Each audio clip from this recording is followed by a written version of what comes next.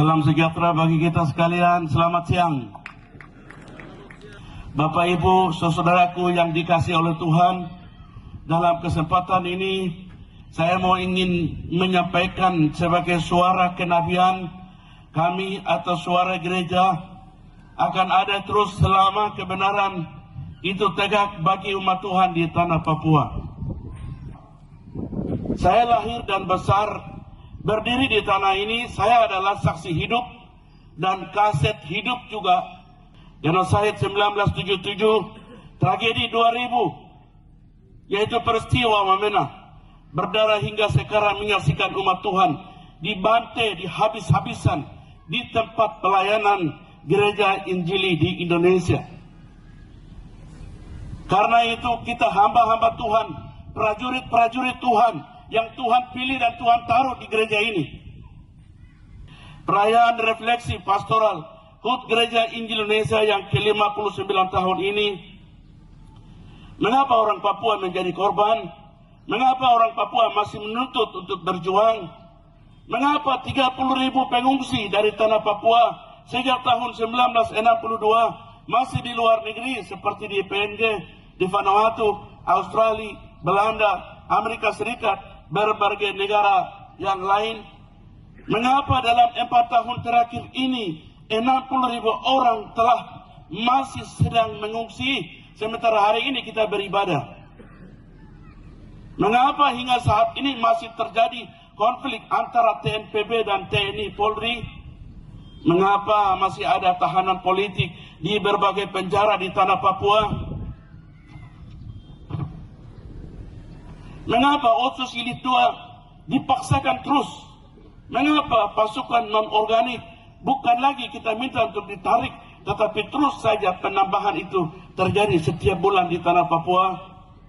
Dengan jujur, saya sebagai hamba Tuhan, sebagai Presiden Gidi yang melihat semua situasi dan kondisi tanah Papua hari ini, menyampaikan bahwa akar konflik Papua selama 59 tahun sama dengan umur gereja Injil Indonesia juga 59 tahun, seiring dengan perjalanan perkembangan gereja Injilian Barat, gereja Injilian Jaya hingga gereja Injili di Indonesia 1963 sampai dengan 2023 tidak berubah.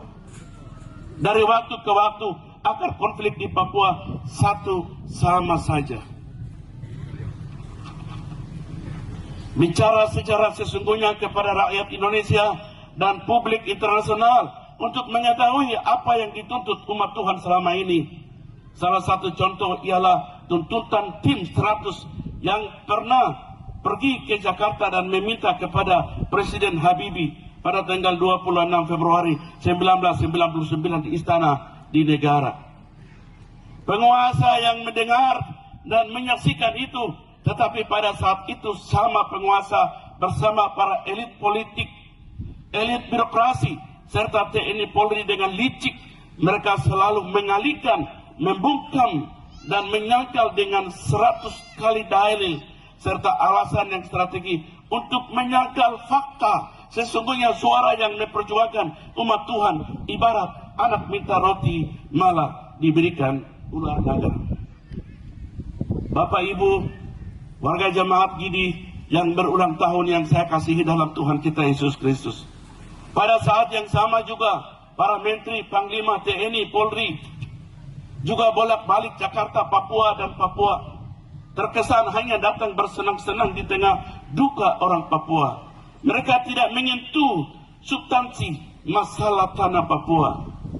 Selama mereka di Papua selalu bertemu dengan kepala daerah ataupun orang-orang yang mengakui diri tokoh hotel tertentu di Jayapura, Merauke, Manokwari, Sorong, dan sebagainya.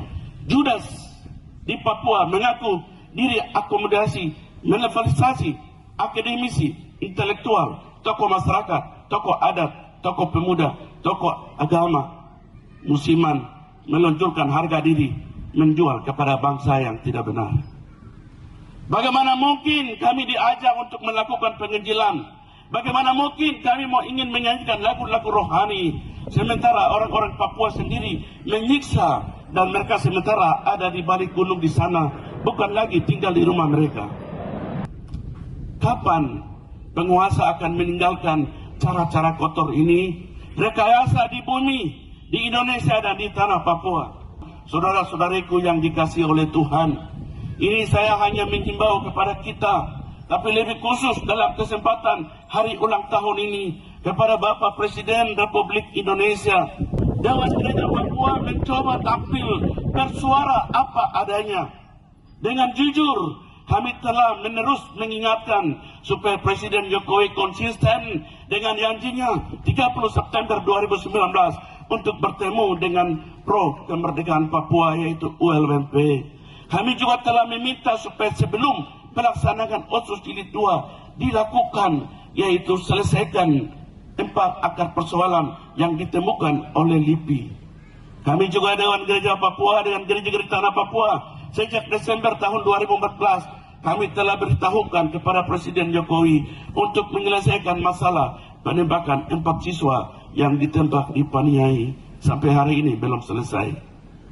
Presiden Jokowi hentikan kebijakan politik rasisme sistematis pemerintahan kepada orang Papua yang terus mulai terlembaga. Pemaksaan rencana pemekaran provinsi di Papua merupakan bagian dari politik rasisme terlembaga sistematis.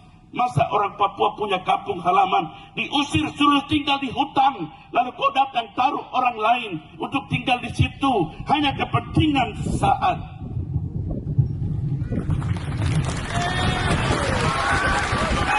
Diisi dengan pemekaran supaya orang luar masuk, supaya salap sayap militer berkembang. Kalau begitu kau anggap apakah orang Papua ini masih anggap manusia atau binatang? Kami juga meminta hentikan operasi penarikan militer diduga Puncak Jaya, Intan Jaya, Gaukimo, Kiwiro, Pegunungan Bintang, Kabupaten Maifrat, dan beberapa waktu belakang ini 5 wilayah ini dapat kekurangan dan juga pengungsi hampir 60.000 orang telah mengungsi di hutan serta banyak mengungsi ke negara tetangga.